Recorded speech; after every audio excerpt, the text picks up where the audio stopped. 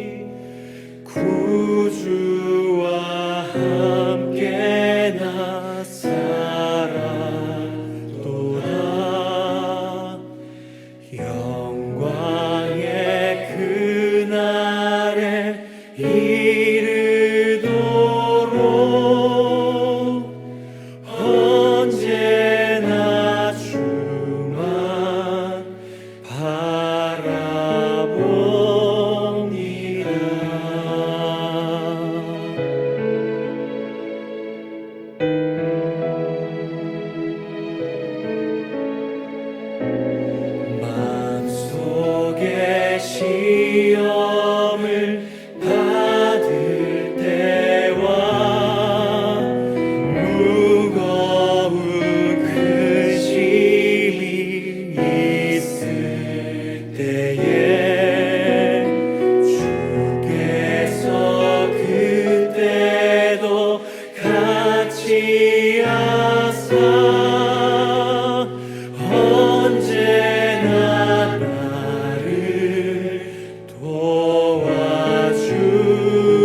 도와주시네.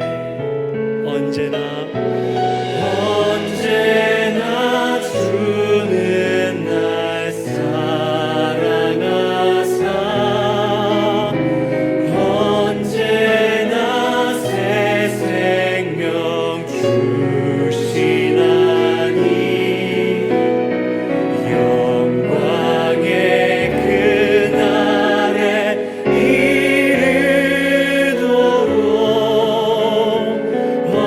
언제나 주만 바라봅니다.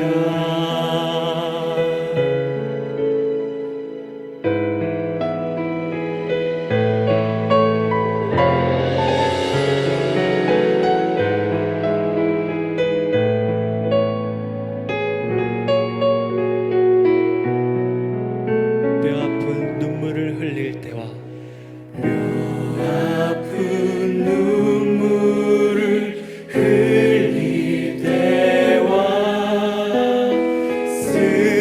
쓰라린 마음으로 단식할 때 주께서 그때도 같이 하사 언제나 나를 생각하시네. 내 몸의 약함을 아시는 주님, 내 몸의 약함을 아시는 주, 먹고 실 질병이 아주 없네.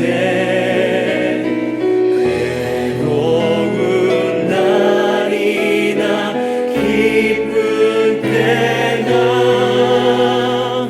언제나 나와 함께 계시네.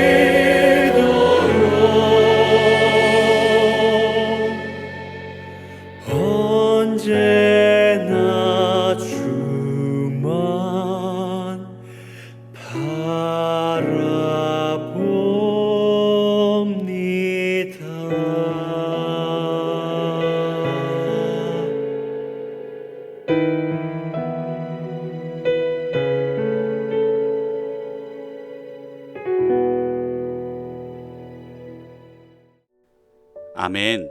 우리는 예수와 함께 죽고 예수와 함께 산 자인 줄 믿습니다. 새로운 피조물이 된 줄 믿습니다. 아멘. 오늘 본문은 로마서 7장 1절부터 6절 말씀입니다. 제7장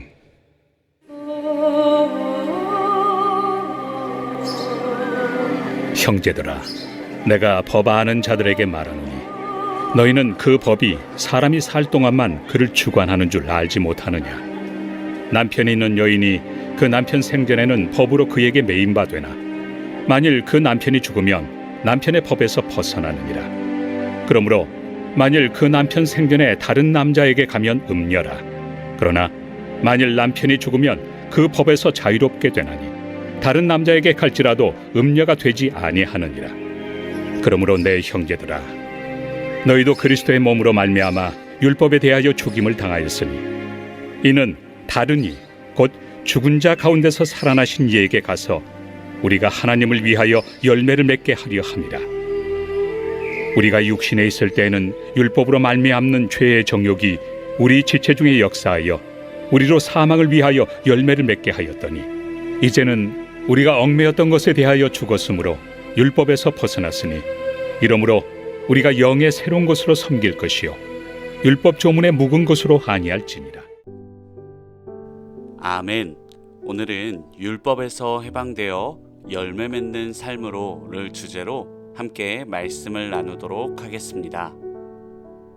오늘 본문에서 사도 바울은 우리는 율법에 대하여 죽고 그리스도와 연합하여 성령으로 하나님을 섬기는 성도로 부름받았다 라고 선포하고 있습니다.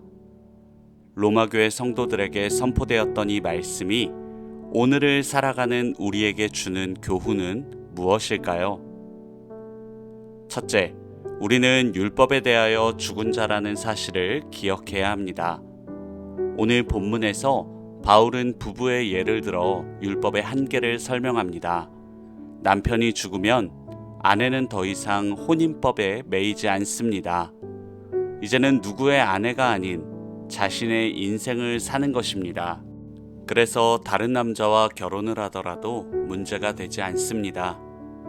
그런데 여인이 만약 세상을 떠난 남편과의 관계에 매여 있다면 그녀는 자신의 삶을 살지 못하는 셈입니다. 바울은 7장 서두에서 혼인법과 율법을 비교하면서 복음으로 죄에서 해방된 성도는 율법의 형식적인 삶에서도 자유롭다고 말합니다. 신약시대의 성도들은 그리스도의 은혜로 죄에서 해방된 자들입니다. 율법은 죄를 규정하는 기준이므로 율법을 지키는지 여부에 따라 사람은 정죄를 받기도 하고 또 정결케 되기도 했습니다. 하지만 그 정결함은 일시적일 수밖에 없었습니다. 이렇듯 율법에는 명확한 한계가 있었습니다. 그러나 이제 우리는 그리스도의 은혜로 죄에서 자유롭게 되었습니다. 그러니 우리는 율법이 상징하는 형식적 신앙에서도 자유로워야 합니다. 누군가에게 보이기 위해 스스로를 속이는 형식적인 신앙에서 벗어나 그리스도 안에서 자유의 기쁨을 누리시기를 축원합니다. 둘째, 우리는 그리스도와 연합해 열매를 맺어야 합니다. 앞서 바울은 우리가 율법에 대하여 죽은 자로 형식에 얽매인 삶이 아닌 그리스도 안에서 자유의 기쁨을 누려야 한다고 교훈했습니다. 이어서 그는 로마에 있는 성도들을 향해 너희는 그리스도의 몸으로 말미암아 율법에 대하여 죽었다 라고 선언합니다. 율법에 대해 죽은 성도는 자신의 죄를 대신해 찢기신 그리스도의 몸에 속한 존재입니다. 따라서 그리스도와 연합해 살아야 합니다. 그리고 신랑 대신 그리스도와 연합해 살아가는 성도는 그리스도의 성품을 닮은 열매를 맺어야 합니다. 이 열매는 성도의 삶으로 드러납니다. 그리스도를 닮아가는 성도에게서는 신랑 대신 그리스도의 사랑과 평안이 자연스럽게 전해집니다. 여러분, 우리가 더는 율법의 요구를 충족시킬 필요가 없습니다. 그러나 더 막중한 사명이 우리에게 있습니다. 그것은 바로 신랑 대신 그리스도를 닮은 선한 행실로 열매 맺는 삶을 살아야 한다는 것입니다. 셋째, 우리는 성령으로 순종해 열매 맺어야 합니다. 앞에서 우리는 율법에 대하여 죽고 그리스도와 연합한 성도로서 이 세상에서 그분의 성품을 닮은 열매를 맺기로 다짐했습니다. 바울은 이러한 우리에게 율법에 묵은 것이 아닌 영의 새로운 것으로 섬기라고 권면합니다. 율법을 지키려는 행위는 그리스도의 은혜가 아닌 인간의 의지에서 출발합니다. 따라서 그 결실의 영광이 그리스도가 아닌 사람에게 향합니다. 하지만 성도의 삶은 그리스도의 은혜로 시작되었습니다. 은혜로 시작된 삶을 성령의 인도하심에 온전히 맡길 때 하나님이 기뻐하시는 열매가 맺힙니다. 사랑하는 여러분, 하나님이 기뻐하시는 열매가 우리 삶의 모든 영역에서 맺히기를 소원합니다. 어쩔 수 없는 의무가 아닌 기쁨으로 기꺼이 주님을 섬깁시다. 주님을 사랑하여 행하는 순종의 열매를 통해 잃어버린 영혼을 주님께 인도하는 삶을 살기를 바랍니다. 사랑하는 여러분, 우리는 그리스도 안에서 율법에 대하여 해방된 성도입니다. 우리에게 자유의 은혜를 베푸신 예수님으로 인해 기쁨과 감사가 넘치는 믿음의 공동체가 되기를 소원합니다. 또한 우리는 그리스도와 연합해 선한 열매를 맺는 성도로 살아야 합니다. 교회의 머리 대신 그리스도의 말씀에 따라 공동체 안에서 또 각자의 삶의 자리에서 깨어진 관계를 회복하고 상처 입은 영혼을 치유하는 선한 열매 맺는 성도로 살기를 축원합니다. 아멘.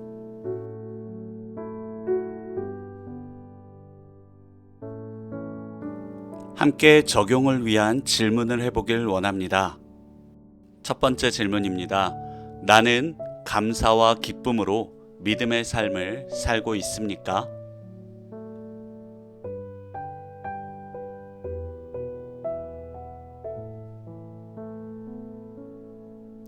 두 번째 질문입니다. 그리스도와의 연합이 내 삶의 방향을 바꾸고 있습니까?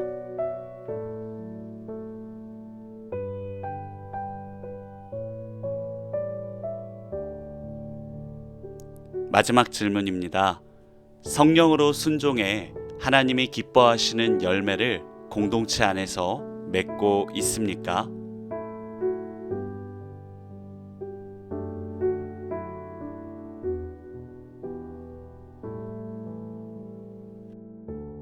함께 기도하고 오늘 묵상을 마무리하겠습니다.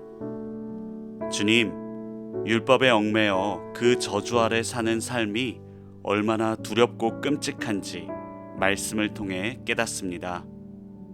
그리스도와 매일 더 깊이 연합함으로 죄의 정욕을 버리게 하여 주십시오. 주님과 함께 죽고 주님과 함께 살아난 성도로서 늘 성령의 인도하심을 쫓아 주님만을 섬기길 원합니다. 예수님의 이름으로 기도합니다. 아멘.